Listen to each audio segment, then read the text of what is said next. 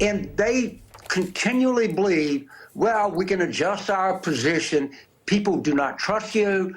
You lied in Kansas. You lied in Ohio. You try to rig the system against people, and people have caught on to this. We are back with Michael Steele and join our conversation as promised, Lauren Leader, the co-founder of All In, a women empowerment group. Lauren, I hand the floor to you. Michael mentioned some of the imbalance, the lies, which Mr. Carville just mentions there as well. Your thoughts for us tonight on all of this? Well, you started also by talking about the math, and the math is actually really a critical piece of this. And one of the things you left out is that part of the reason why those numbers look the way they do is that women are the majority of the electorate, and they've turned out in greater numbers in every single election since 1980.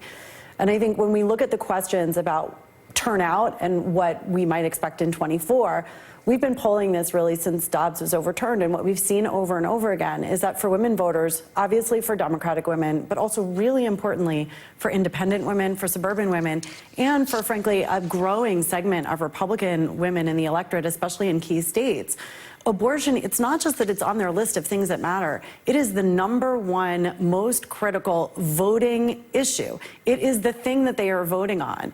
And I think when we look at the sort of overall scope of what's on the ballot in 24 and what's been on the ballot in all of these midterm elections, over and over again, the pundits, and especially, the New York Times, with due respect, has constantly put out these polls insisting that the economy was going to be the key issue in terms of the election, and they've been wrong.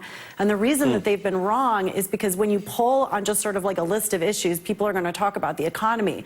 But when you look at what actually gets people to the polls, and of course for Democrats, turnout is everything. What's getting women to the polls particularly is their anger about these rollbacks in abortion rights. And then the other thing I just want to say is that what I think we have to keep watching is what's happening in the state legislatures, because obviously these big referendums, where you have these sort of popular vote referendums in the states, they've been overwhelmingly in favor of abortion rights. What I think is the next big frontier here is going to be what happens in state legislatures, because you've got a bunch of states where you have a disproportionately high representation of Republicans, anti-choice, pro-life Republicans in the state legislature. And North Carolina is a great example of that, right? They got a supermajority of Republicans by one vote because one person switched parties. 70% of voters in North Carolina do not support bans on abortion. But the first thing they did was vote to restrict abortion rights. So you see that in Florida as well. And I think, look, with due respect to my Democratic friends, Democrats have not focused on the state houses for many years. And Republicans, at the same time that they were working relentlessly unpacking the Supreme Court, and shifting the power dynamics around abortion, they were also filling state houses with pro-life legislators. Let me jump in. You packed in so much. Sorry. Let me jump in because it's great. I wanted to get your reaction as well, though, on the so-called double talk. Michael called it lying from some of the candidates. Take a listen to what we did here at the debate. Let's find consensus. We don't need to divide America over this issue anymore. We're better off when everybody counts. We're better off when we can promote a culture of life. I trust the people of this country, state by state, to make the call for themselves. Sexual responsibility for men. I'm 100% pro-life. I have had 100% pro-life voting record. If you took them at their word, there were differences among those candidates on that stage. Do you?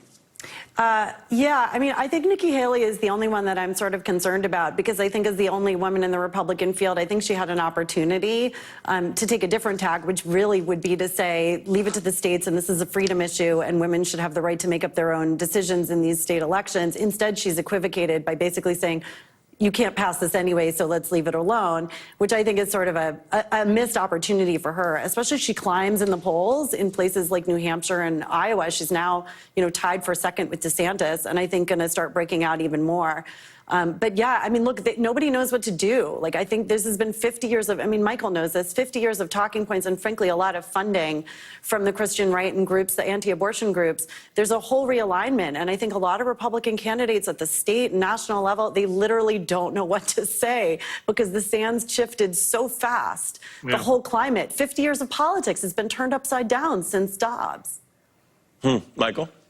Yeah, no, I think that's exactly right, and it really does speak to, and this is why I sort of led off with the point that we for 50 years we had a message. Post-Dobbs, we seemingly don't. And the reason is because the message was leave it to the states.